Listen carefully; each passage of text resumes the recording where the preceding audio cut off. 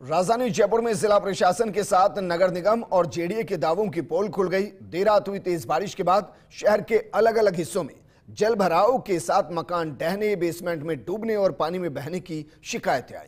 इसके बाद दिन भर चारों तरफ अफरा तफरी का माहौल रहा। ये रिपोर्ट देखिए। जयपुर में देर रात हुई तेज बारिश ने जिला प्रशासन के साथ नगर निगम और जेडीए के सभी दावों की पोल खोल कर रख दी है।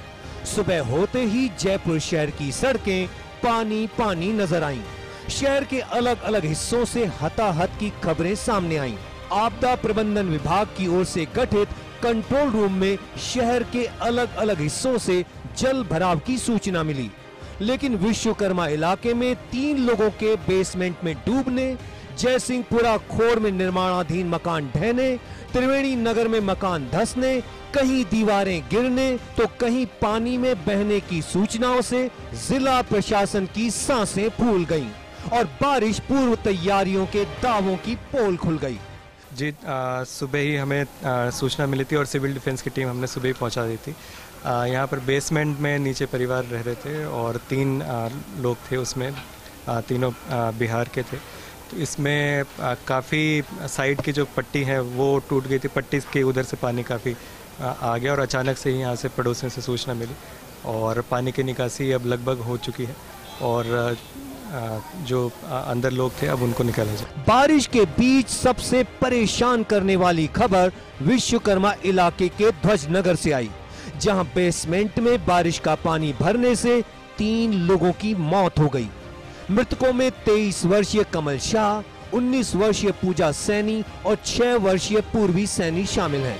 करीब 5-6 घंटे की मशक्कत के बाद सिविल डिफेंस और एसडीआरएफ ने तीनों शवों को बाहर निकाला।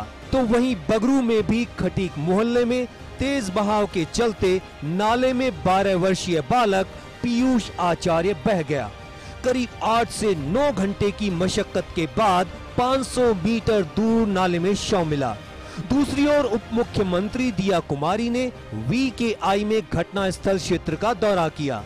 उन्होंने कहा कि राज्य सरकार संवेदनशीलता के साथ वीकेआई इंडस्ट्रियल एरिया के लोगों के पुनर्वास के लिए योजना बनाकर काम करेगी। लेकिन बहुत ही दुखद घटना हुई है। परिवार को संवेदना और जो हुआ वो नहीं होना चाहिए था, लेकिन अब क्या कर सकते हैं। बारिश भी इस बार मुआवजा बिल्कुल इनको दे रहे हैं। अभी कलेक्टर साहब से मेरी बात हुई है तो बिल्कुल इनको मुआवजा जितना हो सकेगा ज़्यादा से ज़्यादा मुआवजा देने का प्रयास करें। हम लोग इसमें डेफिनेटली यहाँ जैसे ड्रेनेज और सड़क का हम लोग करेंगे।